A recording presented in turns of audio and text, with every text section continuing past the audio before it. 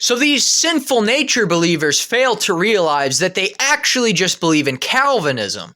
Now, these are the same people who will tell you about how wicked Calvinism is, and yet they believe in total depravity.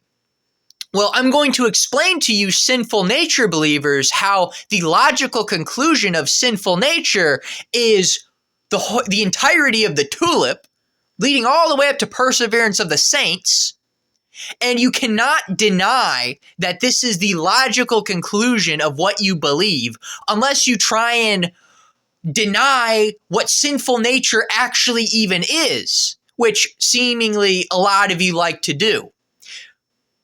Starting off with total depravity, the doctrine of sinful nature states that because Adam sinned, man has no free will because man is now totally depraved and forced to commit sins.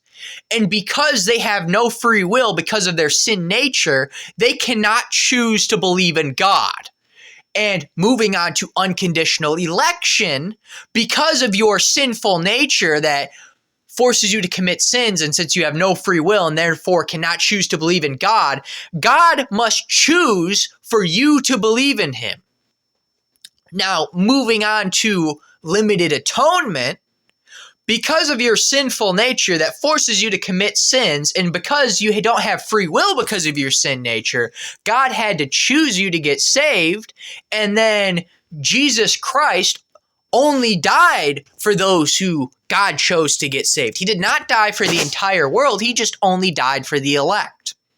Now, moving on to irresistible grace, because of your sinful nature that forces you to commit sins, and since you didn't have free will and could not choose to believe in God, God chose you to believe in him, and Jesus Christ only died for those he chose. And since God chose those who would believe in him, and Jesus only died for them, God forces those people to come to the faith through his irresistible grace. Now, moving on to perseverance of the saints, according to your sinful nature, because of your sin nature, you have no free will, cannot choose to believe in God. God had to choose for you to believe in him, and Jesus only died for those who God chose to believe in him. And because of that, God forces all of those he chose to believe to come to the faith. And since God forces those who he chose to come to him, they can never fall away because God chose them to believe. So therefore, they can never become an apostate. They can never become an unbeliever. They will persevere to the end and prove that God chose them. That is what sinful nature teaches.